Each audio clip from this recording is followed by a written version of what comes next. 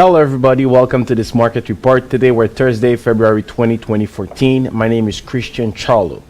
Today folks, I want to talk to you about the most active stocks for day trading, because if we take a look at the situation in the market though, nothing can stop actually to the market's increase. So far markets are all keeping their upward momentum despite warnings made by the IMF concerning the fact that the downside risks are still present in the economy. So let's take a look at some stocks that have been really active for day trading. We believe that as long as markets are continuing this bullish cycle, it's kind of risky to constantly increase your long exposure. So we actually recommend to heavily day trade instead of swing trade on the markets. So let's take a look at the most active stocks. First of all, we had one stock here in the Nasdaq, Microvision, MVIS, that was really active. What are the entry point on that stock? First of all, we had a clear entry point here on the break of that resistance. Usually what I use is a stochastic. This is a 555 stochastic to determine an entry point. So we broke that resistance. Okay, we had an entry point, but it wasn't really clear there on the stochastics.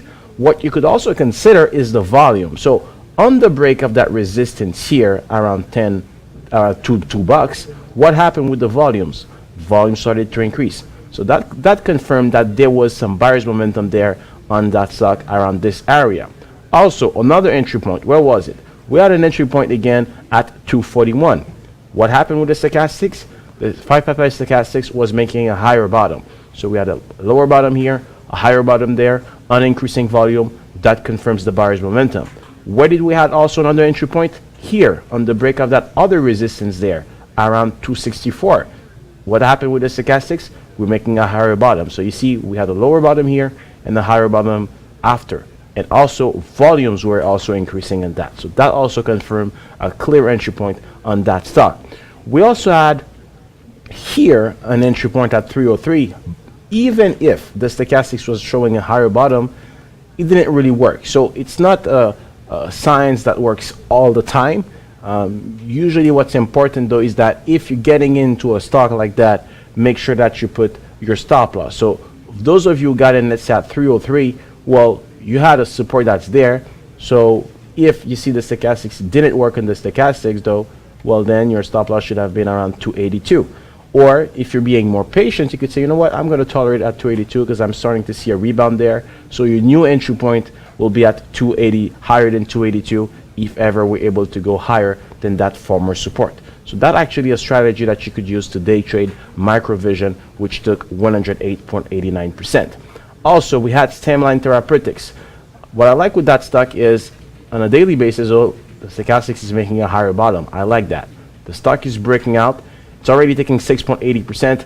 I believe that the stock has a probability to reach at least $31, which is that former top there. So in terms of opportunities, even if for day trading the stock was not necessarily active, well, you could have just got in and hold on to that stock as long as it stays within its upward corridor. Now with the fact that the stock got out of this upward corridor, I believe it's a moment to reduce your exposure on that stock or just take some profit. If you actually were not able to get in earlier on that stock, I believe that a strategy you could do is that, look, if you want to swing trade that stock, it's to put more data, 30 minutes, 3,500 period. So you could say to yourself, you know what, it's taking 6.80%, so my stop loss is a little bit far, around 24, so it's a little bit more than 10% as a stop loss. So you could say, you know what, why not get in into a stock like that and put my stop loss, instead of tolerating it until 24, which will be 10% loss potential, I will tolerate it until that former resistance, so around 26. So if ever the stock loses all today's gains, I'll get rid of it. This is a way to minimize your loss. So this is actually a strategy that you could do on a stock like that and put your stop loss at your target to take some profit around 31.11.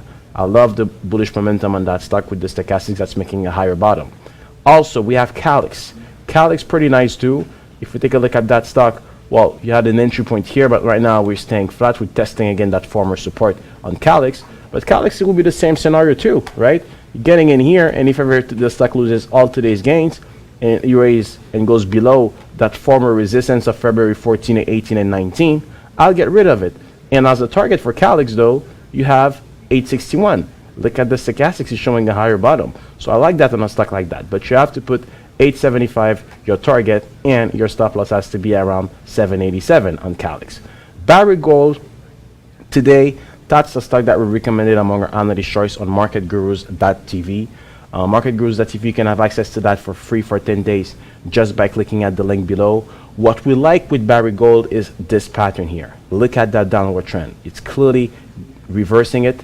That important resistance, it's getting out of it, right? It's breaking that resistance, and the stock has some room to go for this upward corridor. So even if we can see the top of the upward corridor around 24, I believe that Barrick Gold, you can continue to hold on to it as long as the stock stays within its upward corridor. If ever tomorrow Barrick Gold goes below 2272, which is around that former resistance here, then we might actually say maybe we're going to get rid of it around 22 bucks, because we might go lower than that. So I think that right now getting in Barrick Gold, it's still okay. If ever we are able to reach 24 bucks, stabilize, as long as we stay above 2272, I think it's still a hold. But if ever tomorrow we go within the side formation and go below 2191, then you have to get rid of your exposure on Barrick Gold. So those are the most active stocks for day trading. And also, as I said, on stocks like Stemline Therapeutics or Calix, there are also some opportunities for swing trading on those stocks, but you have to put your stop loss on Calix. Stop loss is around 797, and your target 870. On Stemline Therapeutics, your stop loss 24 bucks and your target 31 bucks. And on Microvision, we just saw how to make some money on it on day trading. And on Barrick Gold, it's still a hold as long as the stock doesn't go below 2272. So that's it, folks. See you next week for your market report. This was Christian Charlo for marketgurus.tv.